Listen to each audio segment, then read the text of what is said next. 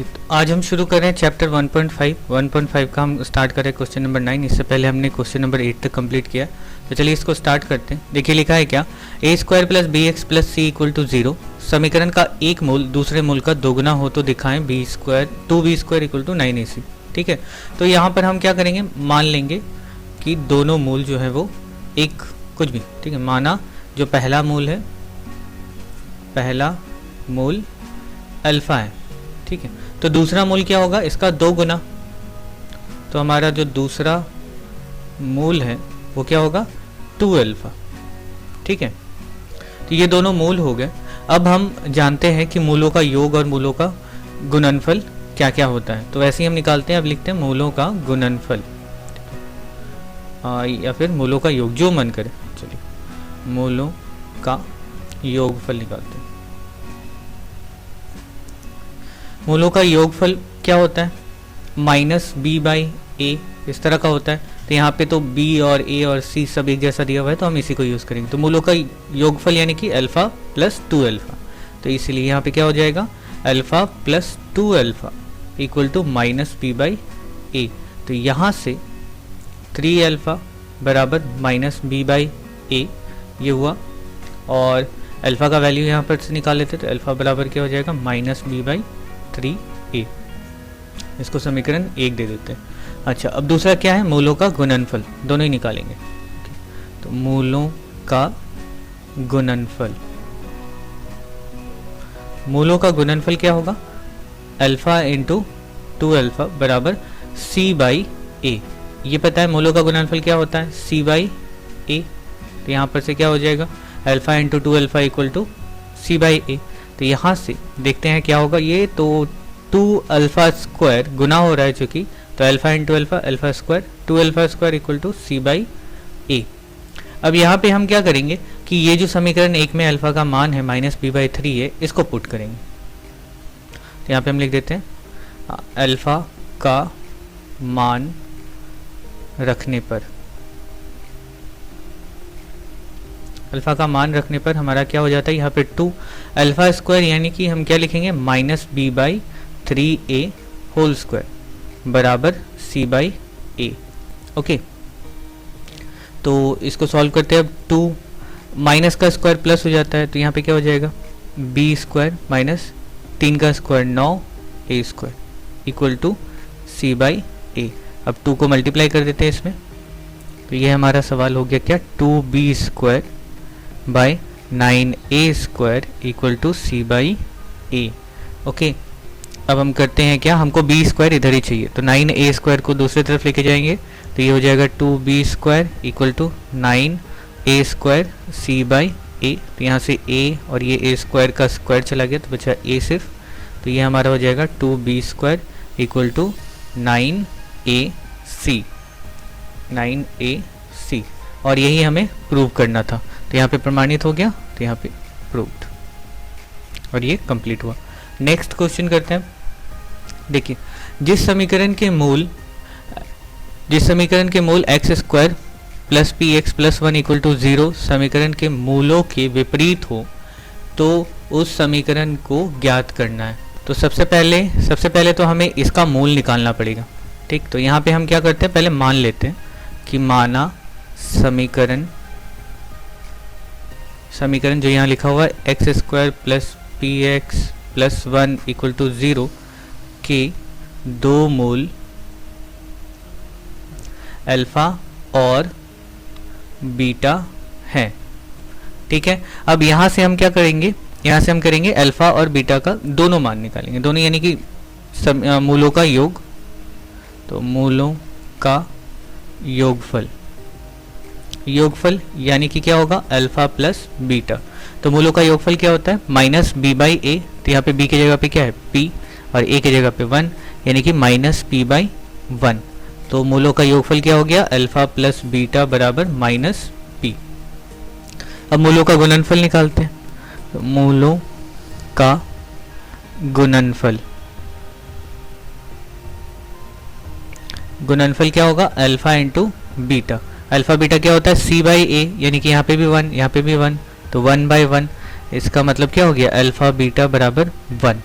ठीक, तो ये हमारा एक निकला और ये एक निकला, ये दो निकले। अब हमें क्या करना है, यहाँ से जैसे पूछा है कि जिस समीकरण के मूल इसके मूल के विपरीत हो, विपरीत मतलब क्या, उल्टा, 1 बाय ये दोनों। तो अब जो दूसरा समीकरण है उसका मूल क्या होगा, तो जो दूसरा समीकरण है,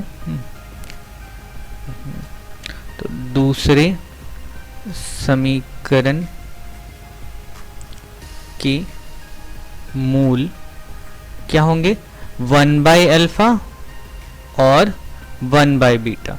इस समीकरण के मूल का उल्टा, इस समीकरण के दो मूल अल्फा बीटा थे, तो दूसरा समीकरण हमें जो निकालना है उसका मूल क्या होगा, उल्टा, 1 बाय अल्फा 1 बाय बीटा।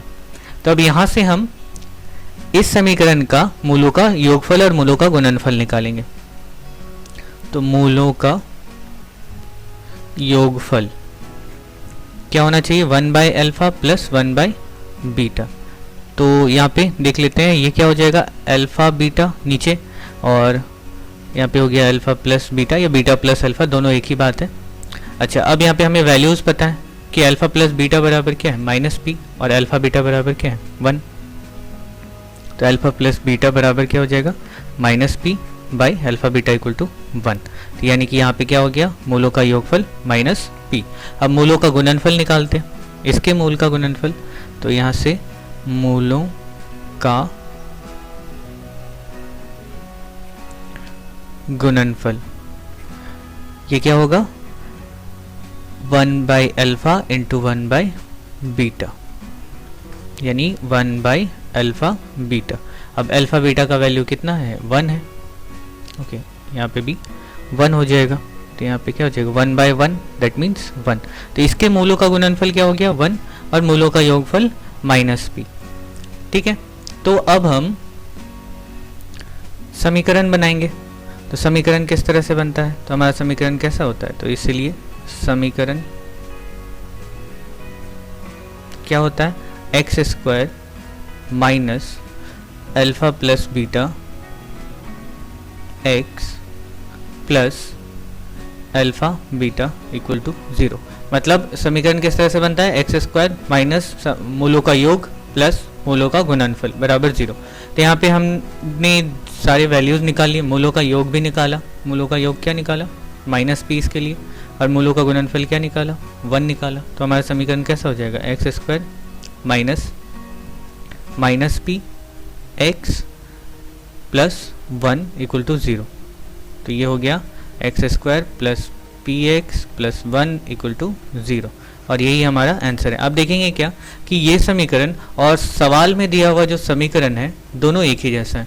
तो कंडीशन क्या होता है कि इस तरह के सवालों में जब मूल हो उसका समीकरण और मूल को विपरीत करके जो समीकरण बनता है दोनों एक ही होते हैं। चलिए अब करते हैं अगला सवाल। अगला देखिए लिखा हुआ है इसी तरह का एक, ठीक है। तो जिस समीकरण के मूल x square plus x plus 1 equal to 0 समीकरणों के मूलों के वर्ग के समान हो, ठीक है, मूलों के वर्ग के समान हो, उस समीकरण को ज्ञात करना है। तो यहाँ पे हम मान लेते पहले समीकरण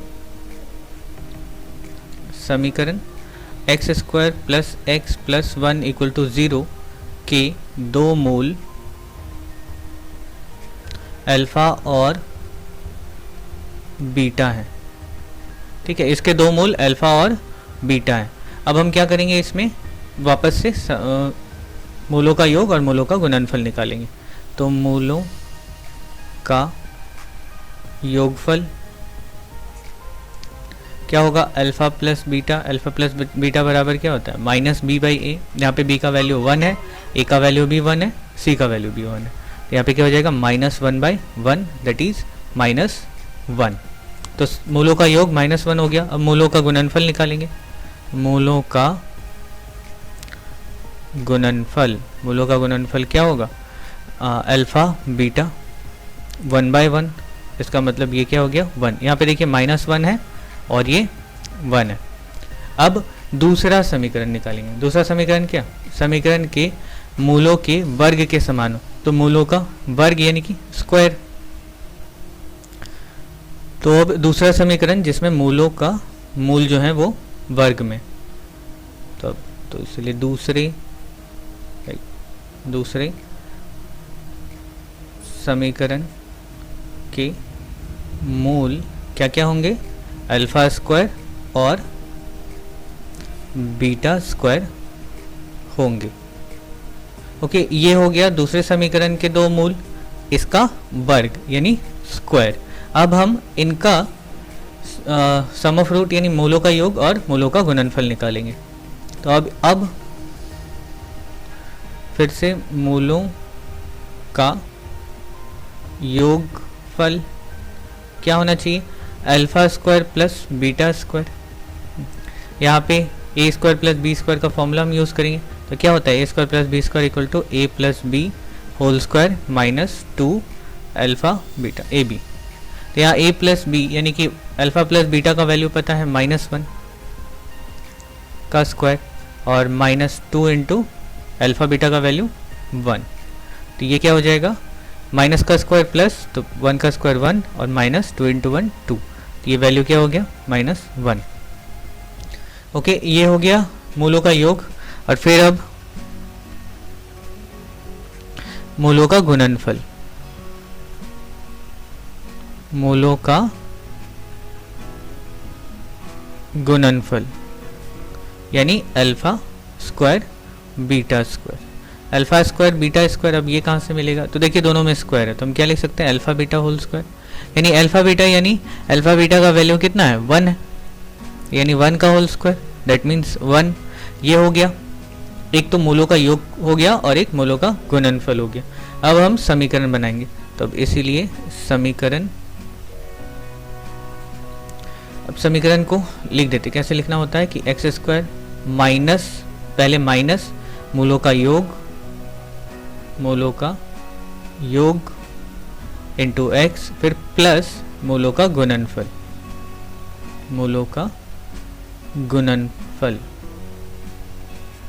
बराबर 0। तो ये रहा हमारा समीकरण लिखने का तरीका। तो यहाँ पे क्या हो जाएगा, ये एक्स स्क्वायर तो ऑलरेडी है, माइनस मूलों का योग कितना आया हमारा, -1, तो -1 इंटू एक्स और प्लस मूलों का गुणनफल क्या आया, 1 इक्वल टू 0। इसको सॉल्व करके अगले लाइन में हमारा आंसर प्लस एक्स, अच्छा minus plus 1 into x plus 1 equal to 0। ठीक है, तो ये हो गया हमारा आंसर। ओके, अब हम करते हैं, अभी के लिए बस इतना ही। अगले वीडियो में मैं सारे आपको शॉर्ट क्वेश्चंस करवा दूंगा। ओके, वो वीडियो भी कुछ देर में आ जाएगा। ले तब तक के लिए बाय बाय, टेक केयर।